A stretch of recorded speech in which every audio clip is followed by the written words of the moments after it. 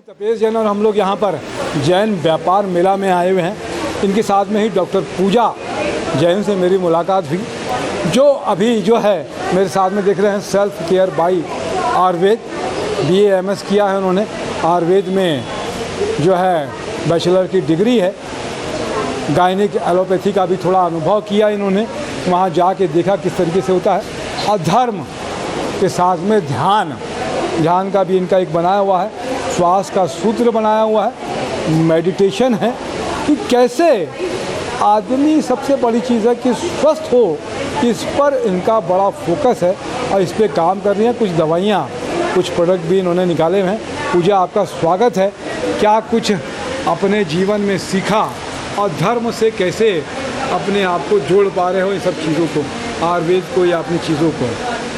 जय जिनेंद्र, मैं डॉक्टर पूजा सुराना। स्वास्थ्य की परिभाषा से ही हम अपने स्वास्थ्य की रक्षा कर सकते हैं। स्व अर्थात आत्मा एंड स्थ यानी स्थिर होना। अगर हम आत्मा में स्थिर हो पा रहे हैं, दैट इज़ धर्म, एंड वही स्वास्थ्य है। स्वास्थ्य रहने के लिए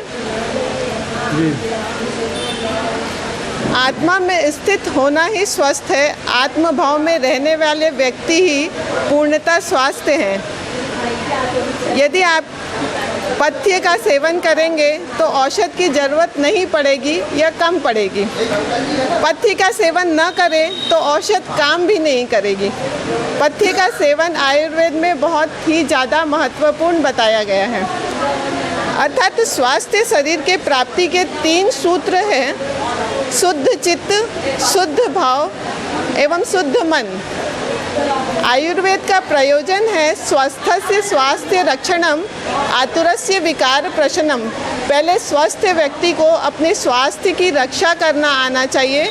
उसके बाद जो विकार होते हैं, विकार की उत्पत्ति मन से होती है।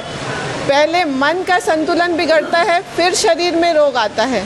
तो मन का संतुलन बनाने के लिए योगा, आसन, मुद्रा, प्राणायाम, जप, तप, साधना, ध्यान, ये सब मन को संतुलित एवं एकाग्र करने के लिए बहुत सारी चीज़ें बताई गई है।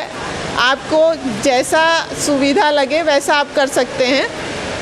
उसके बाद फिर औषध का नंबर आता है। फिर शरीर में जो विकृति होती है, आयुर्वेद में दोष धातु मल मूलम ही शरीरम, अर्थात वात पित्त कफ दोष 7 धातुएं होती है: रस, रक्त, मांस, मेद, अस्थि, मज्जा, शुक्र एवं मल होता है मूत्र, पुरुष, शुक्र। इनका परीक्षण से हम विकार की प्रकृति की समझ करके फिर रोगी की चिकित्सा की जाती है। मेन बात यह है कि किसी भी प्रकार के दुख या कष्ट को आयुर्वेद में रोग कहा गया है। आयुर्वेद व्यक्ति किसी व्यक्ति की बीमारी की चिकित्सा नहीं करता, वह दुखी व्यक्ति को सुख प्रदान करता है। आयुर्वेद